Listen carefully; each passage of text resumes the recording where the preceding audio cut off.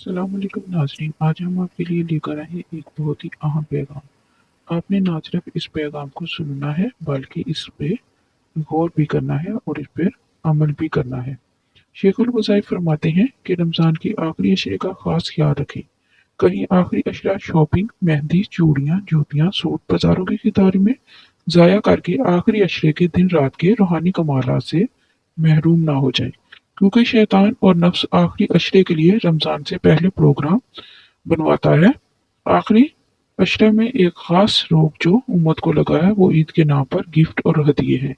इसमें कोई हर्ज नहीं, लेकिन ईद के बाद भी दिए जा सकते हैं।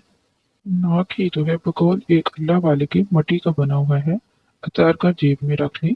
दुनिया के कितने लोग ऐसे हैं जो दुनिया की गर्ज के लिए अपनी नाक को नहीं देखते, सिर्फ और सिर्फ फर्ज को देखते हैं।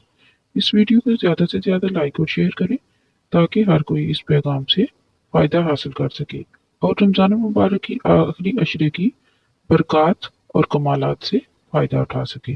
जज़ाकल्लाह।